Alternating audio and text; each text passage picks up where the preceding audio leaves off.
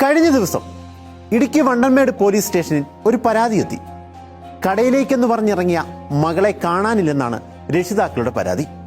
പിന്നാലെ സമാനമായ 6 പരാതികൾ കൂടി. എല്ലാ പരാതിയിലുമുള്ളത് ഒന്ന് തന്നെ: പെൺമക്കളെ കാണാനില്ല. വണ്ടൻമേട് സ്റ്റേഷനിൽ നിന്നും 9 കിലോമീറ്റർ അകലെയുള്ള അണക്കരയിൽ നിന്നാണ് പെൺകുട്ടികളെ കാണാതായത്. വണ്ടൻമേട് SHO എ ഷൈൻകുമാറിന്റെ നേതൃത്വത്തിലുള്ള പോലീസ് സംഘം ഉടൻ അന്വേഷണം ആരംഭിച്ചു. കാണാതായവരിൽ സ്കൂൾ വിദ്യാർത്ഥികളുമുണ്ട്. 7 കുട്ടികളിൽ പ്രായപൂർത്തിയായത് ഒരാൾക്ക് മാത്രം. ആ കുട്ടിയുടെ മൊബൈൽ ഫോൺ കേന്ദ്രീകരിച്ചായി പിന്നീടുള്ള അന്വേഷണം. മൊബൈൽ സിഗ്നൽ പരിശോധിച്ചതിൽ നിന്ന് തന്നെ കുട്ടികൾ തമിഴ്നാട് അതിർത്തി കടന്നതായി ബോധ്യപ്പെട്ടു. ഉടൻ തമിഴ്നാട് പോലീസിനെ വിവരം അറിയിച്ചു.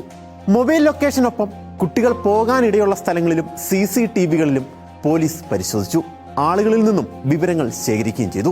ഒടുവിൽ തമിഴ്നാട്ടിലെ തേനി ബസ് സ്റ്റാൻഡിന് സമീപത്ത് നിന്ന് കുട്ടികളെ പോലീസ് കണ്ടെത്തി. ഇനിയാണ് ഈ കഥയിലെ ട്വിസ്റ്റ്. എന്തിനാണ് മക്കളെ നിങ്ങൾ തേനിയിലേക്ക് വന്നതെന്ന് പോലീസ് ചോദിച്ചു.